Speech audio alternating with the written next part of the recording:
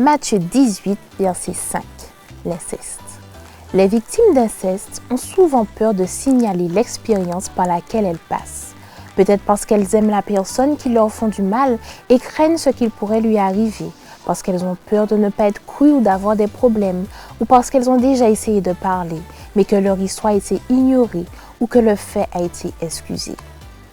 Elles peuvent croire que ce qui se passe est quelque chose de normal ou craignent qu'elles-mêmes ou que celui qui a un ascendant sur elles subisse des répercussions si elles parlent.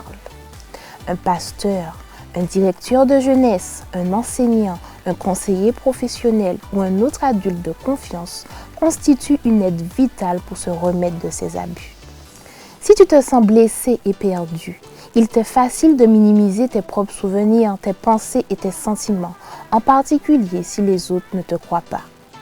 Un groupe de soutien aux personnes ayant des expériences similaires peut t'aider à t'assurer que tu n'as pas simplement imaginé ce qui s'est passé, mais que c'était injuste et destructeur. Une fois de plus, si tu as survécu à ces abus, sache que Dieu t'aime et qu'il apprécie ta valeur. L'abus que tu as vécu ou que tu es en train de subir ne fait pas partie de son plan à ton égard. Il veut que tu t'en sortes et que tu recherches de l'aide.